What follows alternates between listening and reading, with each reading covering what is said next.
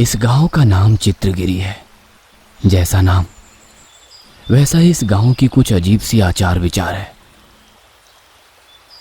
इस गांव के मर्द जब तक घर में रहते हैं तब तक साधारण से ही रहते हैं, लेकिन जब बाहर जाते हैं तो वे लोग औरतों की तरह हाथों में चूड़ियां, बालों में गजरे, बड़ी सी टीका और ब्लाउज पहनकर ही जाते हैं। दामन में मूंछों वाला राजू पहरा देता है।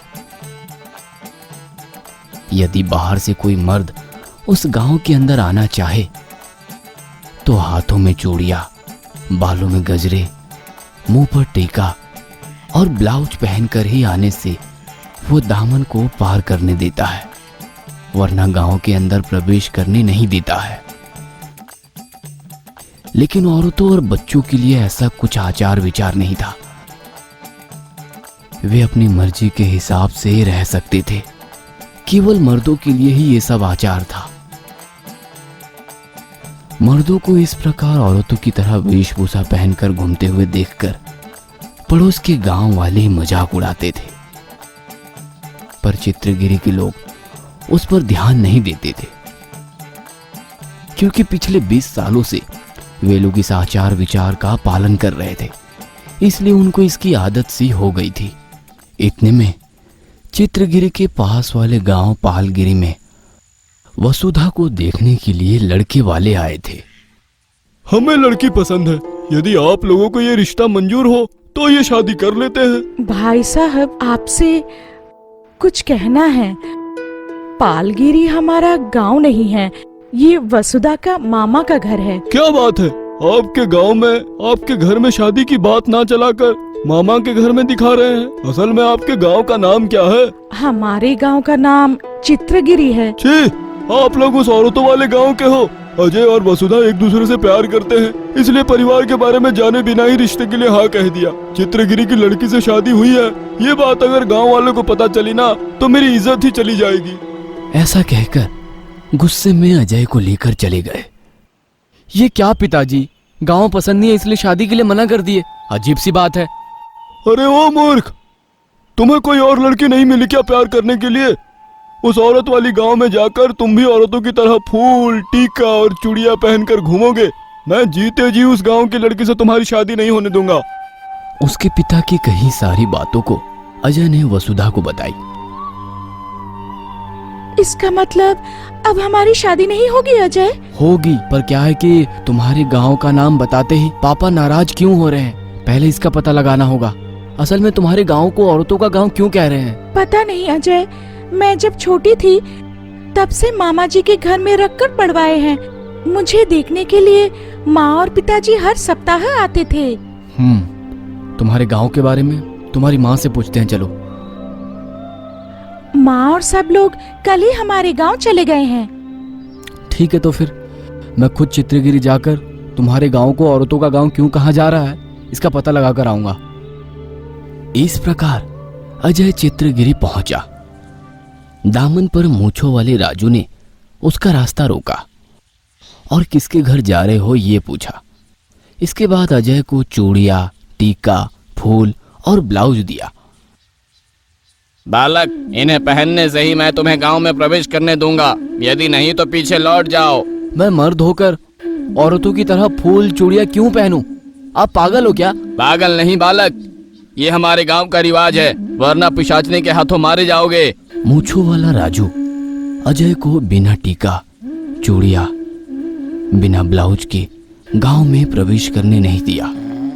लड़कियों की तरह कपड़े पहनना उसे पसंद नहीं था, इसलिए अजय मूंछों वाले राजू को चकमा देकर पीछे वाले मार्ग से गांव के अंदर प्रवेश कर गया।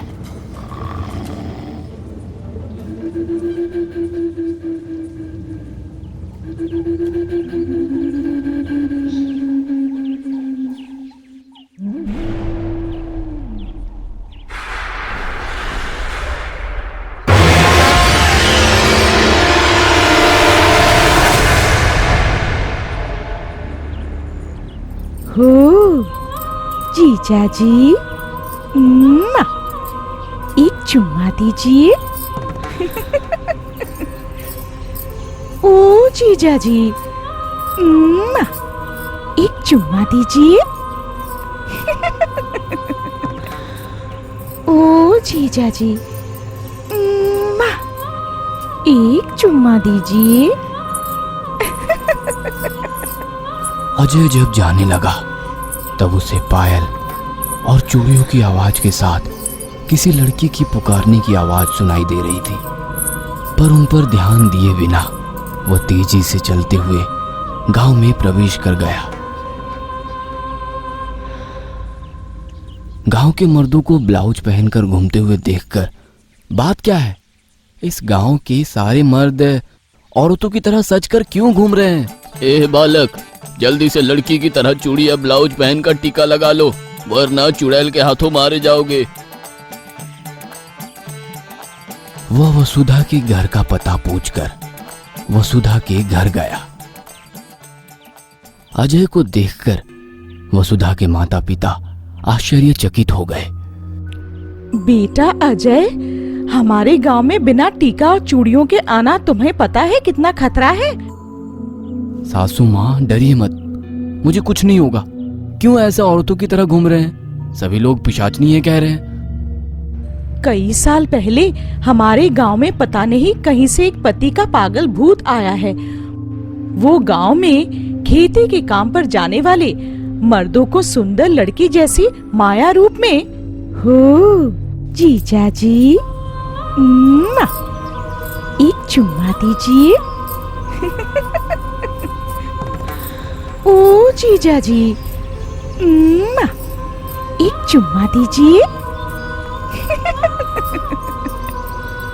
ओ जीजा जी, एक चुम्मा दीजिए।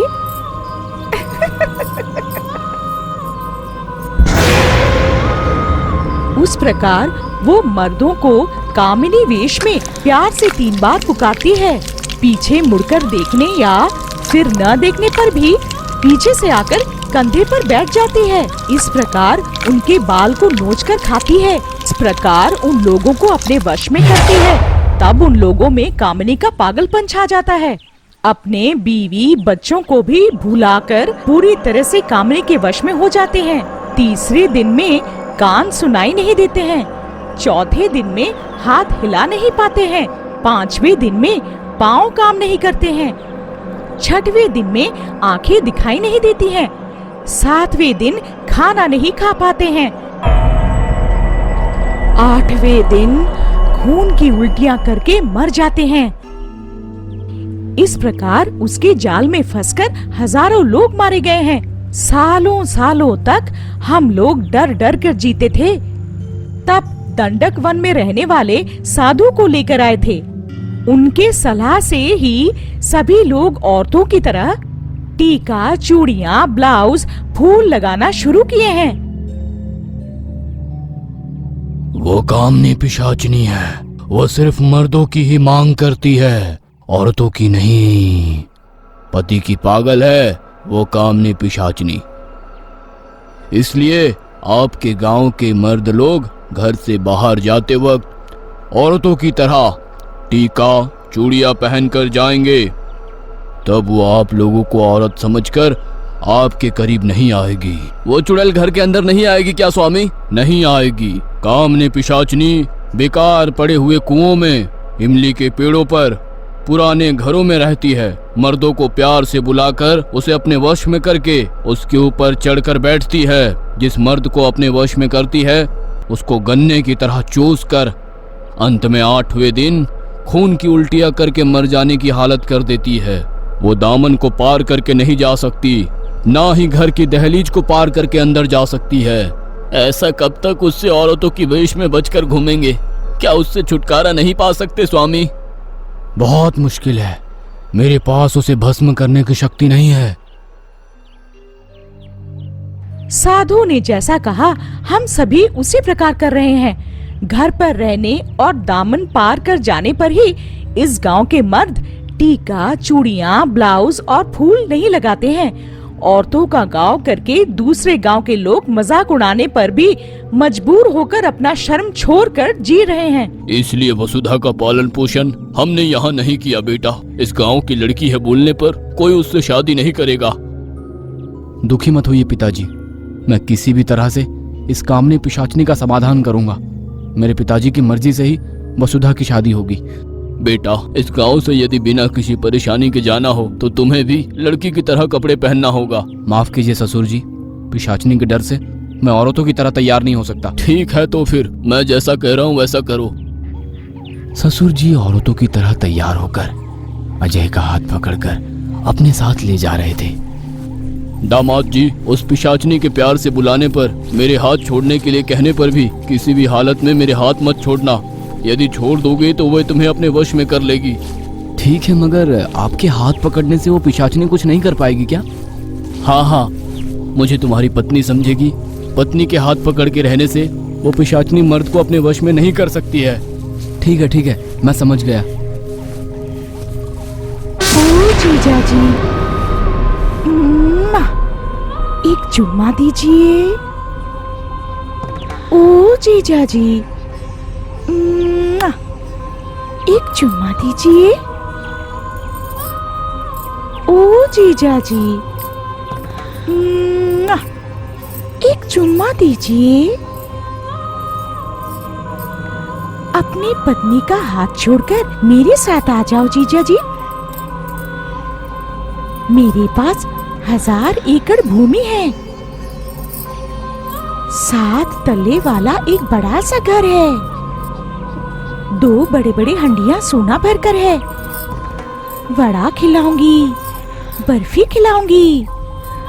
आओ जीजा। तुम्हारी बीवी सुंदर नहीं है? यक। मैं अप्सरा जैसे दिखती हूँ जीजा जी।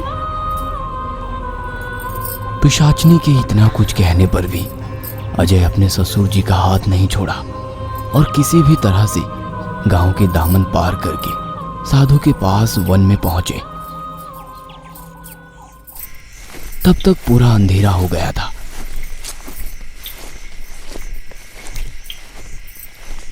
जंगल में बड़े से बटवृक्ष के नीचे साधु तपस्या कर रहे थे। उनके पास जाकर वे लोग उनको सारी बातें बताए।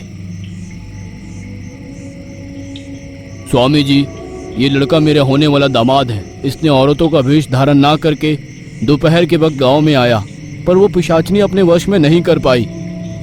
सच में? तो फिर जरूर तुम्हारे दाहिने हाथ में तारे की अकाल में एक तिल होगा। तुम कामनी गड़ियों में पैदा हुए हो, इसलिए तुम्हारे हाथ में वो तिल है। ऐसे तिल वाले व्यक्ति को कामनी अपने वश में नहीं कर सकती है। तो फिर मैं बिना किसी रोक के इस चित्रगिरी में औरतों का वेश धारण ना करके घूम सकता हूँ? घूम सकते हो, लेकिन सिर्फ दिन के वक्त। रात होते ही पिशाचनी की शक्ति बढ़ती है, जिससे वो तुम्हें अपने वश में कर लेगी। पर कैसे स्वामी? क्या हम उस पिशाचनी का कुछ नहीं कर सकते? चित्रगिरी को पकड़ने वाली वो पति के लिए पागल पिशाचनी से पीछा छुड़ाकर वसुधा से कैसे शादी करूं? तो फिर मैं जैसा कह रहा हूं वैसा करो। ये लो, ये दोनों पोटलियों को अपनी जेब में रखो। अगले दिन रात होते ही साधु ने जो काम दिया वह करने के लिए अजय चित्रगिरी में प्रवेश किया। ओ जीजा जी, एक चुम्मा दीजिए। ओ जीजा जी, एक चुम्मा दीजिए। ओ जीजा जी, एक चुम्मा दीजिए। याद रखना, वो तुम्हें अपने वश में करने के लिए 6 बार खाने के लिए कुछ ना कुछ देगी। मना मत करना और चाहिए भी मत बोलना। उसको कोई काम बताकर किसी भी तरह समय को पार करने के लिए बातों में उलझाकर सुबह होने से पहले दामन को पार करना। ओ जीजा, वड़ा खाओगे? नहीं मत कहना, और ना ही हाँ मत कहना। उसके हाथों से कुछ भी मत खाना। मुड़को बनाओ, खाएंगे। पिशाचनी द्वारा बनाए गए पदार्थों को खाने के बहाना करते हुए अजय उन चीजों को पीछे की ओर फेंक दे रहा था ताकि पिशाचनी उसे देख ना पाए। खिचड़ी खाओगे जीजा? मुझे मछलियाँ बहुत पसंद है, उसे बनाओ।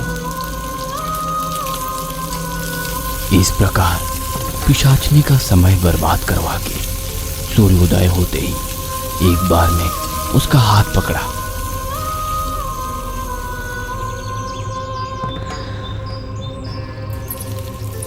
सूर्योदय होते ही अपने तिल वाले हाथ से उसे पकड़कर अपनी चिकनी चुपड़ी बातों से दामन पार करवाना। साधु ने जैसा कहा वैसा ही हाथ पकड़कर दामन की ओर ले जा रहा था। मेरे साथ आओ, तुम्हें काले गुलाब के फूल दिखाऊंगा। हाँ, काले गुलाब के फूल, चलो चलो देखते हैं। दामन पार करते ही पोटली में रखी हुई सरसों और तेल जमीन पर गिरा देना। साधु ने जैसा कहा वैसा ही किया। अरे अरे, अब मैं कैसे घर जाऊंगा, कैसे? अरे अरे, क्या हुआ जीजा? हमें बताओ, तुम्हारा तकलीफ मैं दूर करूंगी। कसम खाओ, सच में मेरी तकलीफ दूर करोगी? कसम से दूर करूंगी, बताओ। 24, 98, 199 तिल के दाने। 34, 80, 128 सरसों के दाने नीचे गिर गए हैं। उनके बिना मैं गांव में कदम नहीं रखूंगा, ऐसा मैंने अपनी माँ को जुबान दिया है। बस इतनी सी बात है, अभी चुन कर देती हूँ, रुको।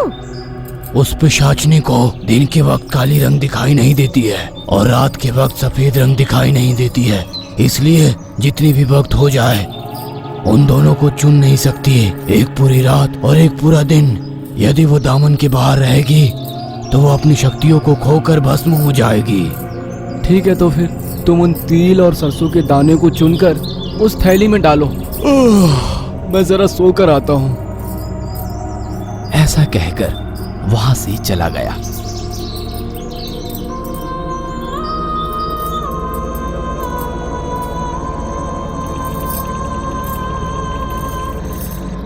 अगले दिन सुबह सभी लोगों ने देखा